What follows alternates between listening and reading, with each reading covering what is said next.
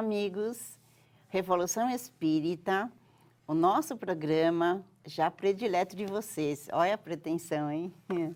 Estamos de volta, então, para mais um tema super interessante que está sendo retirado do livro Revolução Espírita, a Teoria Esquecida de Allan Kardec, livro que é fruto de uma pesquisa do Paulo Henrique Figueiredo. Então, Paulo Henrique, o tema de hoje foi até sugerido por uns amigos nossos, é o seguinte, houve em 1867 uma previsão, uma profecia, se a gente pode chamar assim, em relação ao espiritismo, né, uma profecia contra a sequência normal do espiritismo, invasão de inimigos, alguma coisa assim. É isto? É bastante interessante. Um dos médiuns do trabalho de Kardec entrou num estado de transe e descreveu para ele qual seria o plano para tentar acabar com o espiritismo. Mas dentro da sociedade parisiense? Não, de no estudos... mundo.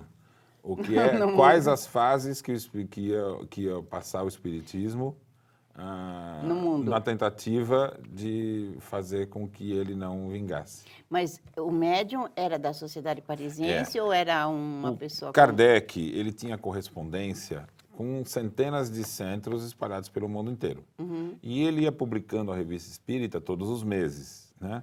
Essa Revista Espírita chegava nesses grupos, apresentava os temas, os debates que estavam em pauta, e eles conversavam com os espíritos e enviavam a Kardec as mensagens.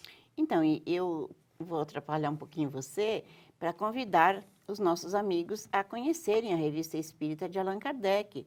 É importante, a sequência do trabalho de Kardec está ali dentro, não é isso, Paulo Henrique? Muitos temas a gente só vai conseguir compreender qual é o princípio espírita, né? Lendo a Revista Espírita. Então, ela é muito importante.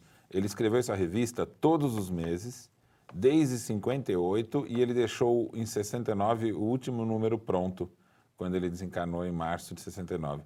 Então, era um trabalho que ele se dedicou muito. Imagine, todos os meses ele fazia uma publicação de uma delas, porque ela era o ponto fundamental, por meio dela que ele estabelecia o diálogo com toda a comunidade espírita.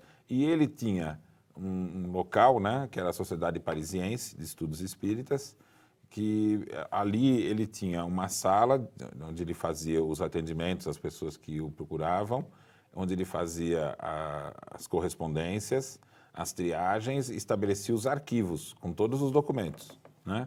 E uma sala era própria para a pesquisa. Nas sextas-feiras, que era o dia principal de estudos e de pesquisa, aproximadamente 6 a 8 médiuns ficavam na mesa, com alguns sócios da sociedade, Kardec, um secretário, e tinha uma mesa bem comprida assim, próxima da parede, com um pano verde. A sala era retangular e algumas fileiras de cadeiras ficavam de frente para a mesa. Pode ao brincar fundo das com janelas. você estava lá? Eu tenho a descrição, né? A gente vai recolhendo a descrição, várias vezes ele vai citando o local, e aí reunindo tudo, você começa a conseguir visualizar, né? E nesse salão, então, tinham janelas ao fundo, alguns quadros na parede, uma estatuetinha de São Luís, que era o espírito que conduzia ali os trabalhos. E Aliás, ele foi um rei da França, né? Foi o rei Luís. Essa estatuetinha, inclusive, ele está vestido como rei, né? Com a Luís capa e tal. IX. A descrição é essa.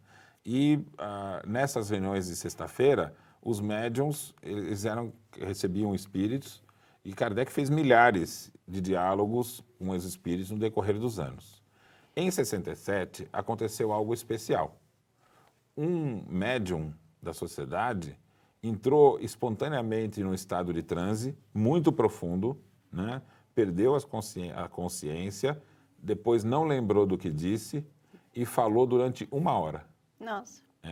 Nessa 1 hora, foi em 1867, um período já mais à frente, ele descreveu todos o caminho que o espiritismo percorreria e qual a forma que aqueles que não gostariam, os espíritos que estavam contra a divulgação do espiritismo, né, como eles iam agir para abafar o espiritismo. para que ele não tivesse progresso. E aconteceu?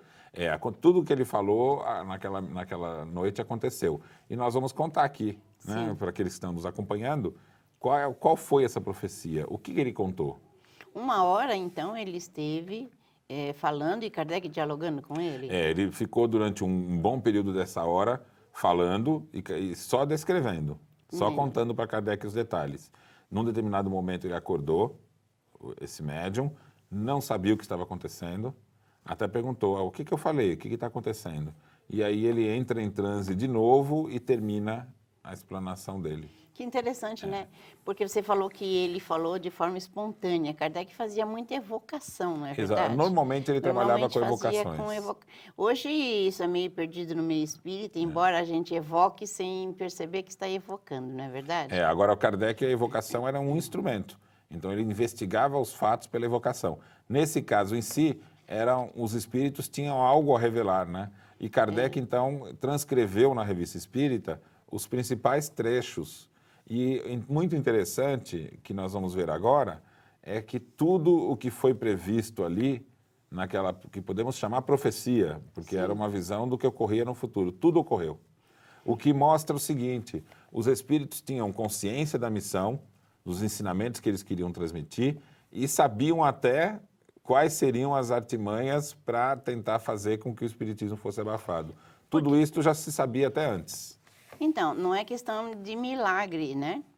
É questão que os espíritos mais maduros, mais evoluídos, eles olham o nosso comportamento pelo livre-arbítrio e já sabem as consequências naturais. Então, observando o coletivo, é mais fácil de saber o que vai acontecer com base nas ideias. Mas você vai explicar isso daqui a pouquinho. As ideias condicionadas, elas impedem ou ajudam. Mas nós vamos fazer um intervalinho e a gente volta já. Ao comprar livros, DVDs e CDs na loja virtual Mundo Maior, você patrocina a divulgação espírita do maior complexo de comunicação espírita do mundo. Compre através do nosso e-commerce. Invista em um planeta de regeneração.